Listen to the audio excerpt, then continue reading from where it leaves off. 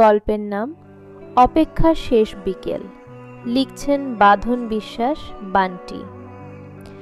রিয়াদ প্রতিদিন বিকেলে একই জায়গায় বসে থাকত, পুরনো একটা পার্কের বেঞ্চে, হাতে একটা নীল খাতা আর চোখে অদ্ভুত এক অপেক্ষা।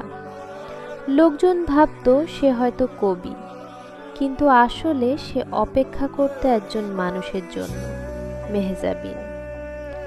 2 বছর আগে এই পার্কেই তাদের প্রথম দেখা। মেহজাবিন হঠাৎ করেই রিয়াদের পাশে বসে বলেছিল, আপনি কি প্রতিদিন এখানে আসেন? সেই এক প্রশ্ন থেকেই শুরু হয়েছিল গল্প। কফির কাপে ভাগাভাগি, বৃষ্টিতে ভিজে হাঁটা, আর ছোট ছোট হাসিতে গড়ে ওঠা ভালোবাসা। কিন্তু একদিন মেহজাবিন হঠাৎ বলেছিল, আমাকে চলে যেতে হবে অনেক দূরে। কারণটা সে বলেনি, শুধু বলেছিল, যদি ভালোবাসা সত্যি হয় আমরা আবার একদিন এখানেই দেখা করব। তারপর থেকে প্রতিদিন বিকেলে রিয়াদ সেই বেঞ্চে বসে। মানুষ বদলায়, ঋতু বদলায়, কিন্তু তার অপেক্ষা বদলায় না। আজও সে বসে আছে। আকাশে হালকা কমলা রং, সূর্য ডুবছে।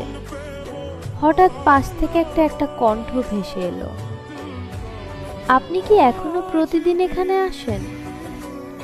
রিয়াদের বুক কেঁপে উঠল। সে ধীরে ধীরে তাকালো। মেহজাবিন আগের মতোই, শুধু চোখে একটু ক্লান্তি আর মুখে এক চিলতে হাসি। রিয়াদ কিছু বলতে পারছিল না।